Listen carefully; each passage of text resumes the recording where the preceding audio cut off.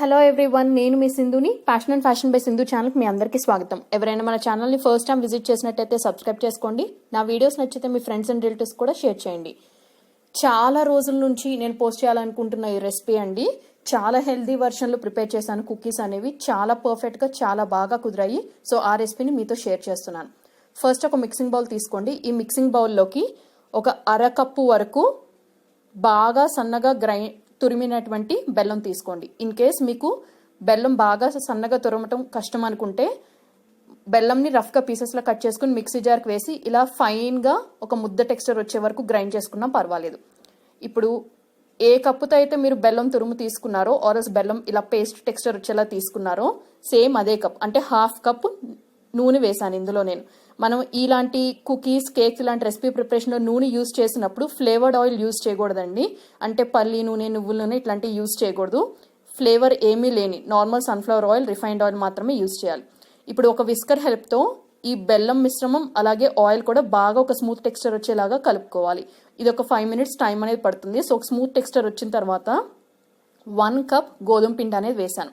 అంటే మనం బెల్లం, ఆయిల్ రెండు కలిపితే ఎంత తీసుకున్నామో అంత క్వాంటిటీ గోధుమ పిండి అనేది వేసాను. ఇప్పుడు ఇందులోకి ఒక 1/2 teaspoon బేకింగ్ పౌడర్ వేసి 2 teaspoons శనగపిండి అనేది వేసాను. శనగపిండిని నేనేమి రోస్ట్ చేయలేదండి, డైరెక్ట్గా అలాగే వేసేసాను. మనం ఇలా శనగపిండి, గోధుమ పిండి ఇలా కాంబినేషన్తో చేసుకోవడం వల్ల కుకీస్ అనే ఫ్లేవర్ చాలా చాలా బాగుంటాయి. ఇప్పుడు ఇందులోకి కేవలం 2 drops మాత్రమే వెనీలా ఎసెన్స్ అనేది వేసాను. మీ దగ్గర వెనీలా ఎసెన్స్ అవైలబిలిటీలో లేకపోతే చాలా కొద్దిగా అంటే కేవలం ఒక 1/2 teaspoon కంటే కూడా ఇంకా కొంచెం తక్కువ యాలకుల పొడి వేసుకోండి. అది కూడా మంచి ఫ్లేవర్ అనేది ఇస్తుంది. ఇప్పుడు ఇందులోకి 1/2 teaspoon సాల్ట్ అనేది వేసి చేత్తో బాగా కలుపుకోండి. ఫస్ట్ మనం ఈ ఇంగ్రీడియంట్స్ అన్నీ కూడా చేత్తో కలుపుకోవాలి. వాటర్ ఏమీ యూజ్ చేయొద్దు. బాగా ఇలా అన్ని ఇంగ్రీడియంట్స్ కూడా చేత్తో మెదుపుతూ ఇలా కలుపుకోండి. మనకి ఇదంతా కూడా ఒక సాఫ్ట్ డౌ టెక్స్చర్లో రావాలి. ఇన్ కేస్ మీకు అది పిండి మిశ్రమం కనుక కొంచెం డ్రైగా అనిపిస్తే జస్ట్ ఒక 1 teaspoon ఆర్ 2 teaspoons పాలు అనేది అవసరానికి తగినట్టుగా చూసుకుని పోసుకుంటూ కలుపుకోండి. సో పిండి అనేది ఈ వీడియో క్లిప్లో చూపిస్తున్న కన్సిస్టెన్సీలో సాఫ్ట్ ముద్దలాగా రావాలి. నేను చూసాను కదా, ఇందాక చూపించాను కదా మీకు పాలు ఎంత తీసుకున్నాను. సో నాకు ఓన్లీ 1 teaspoon పాలు మాత్రమే అవసరం పడ్డాయి. ఈ పాలు అనేది కాచి చల్లార్చుకున్న పాలు, నార్మల్ రూమ్ టెంపరేచర్లో ఉండాలి, వేడిగా మాత్రం ఉండకూడదు. సో ఇలా పిండి ముద్ద అనేది రెడీ అయిపోయాక ఒక కేక్ ప్యాన్ తీసుకున్నాను, అల్యూమినియం కేక్ ప్యాన్ అనేది. దీని లోపల కొద్దిగా ఆయిల్ అనేది జస్ట్ ఇలా సిలికాన్ బ్రష్ పెట్టి గ్రీస్ చేసేస్తున్నాను.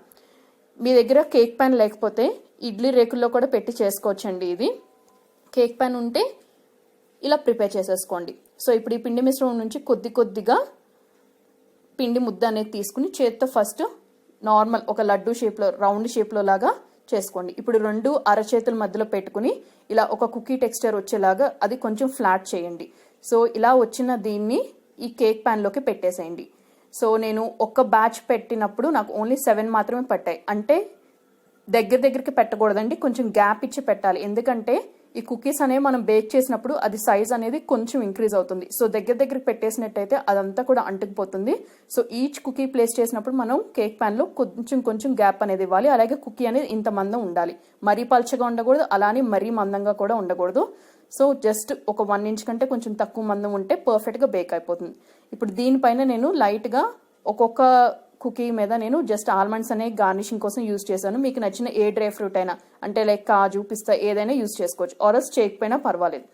సో ఇప్పుడు ముందుగా నేను ఇలా గార్నిష్ చేసి పెట్టుకున్న కేక్ ప్యాన్ పక్కన పెట్టేసి ఇప్పుడు ఏం చేశానంటే స్టవ్ మీద ఒక కడాయి పెట్టుకున్నాను. కడాయిలోకి నేను సాల్ట్ అనేది వేసి కడాయికి లిడ్ అనేది పెట్టేసి 10 minutes పాటు కడాయిని ప్రీహీట్ చేసుకున్నాను. ఇప్పుడు సాల్ట్ మీద ఒక వైర్ స్టాండ్, సెపరేటర్ ఇట్లా ఏదైనా పెట్టుకోండి. ఇన్ కేస్ స్టాండ్ లేకపోతే మీ దగ్గర ఒక ప్లేట్ని బోర్లించి పెట్టండి. ఇప్పుడు దాని మీదకి జాగ్రత్తగా ఈ కేక్ ప్యాన్ని పెట్టేసేయండి. పెట్టేసి ఫ్లేమ్ని లోలోనే ఉంచుకోండి.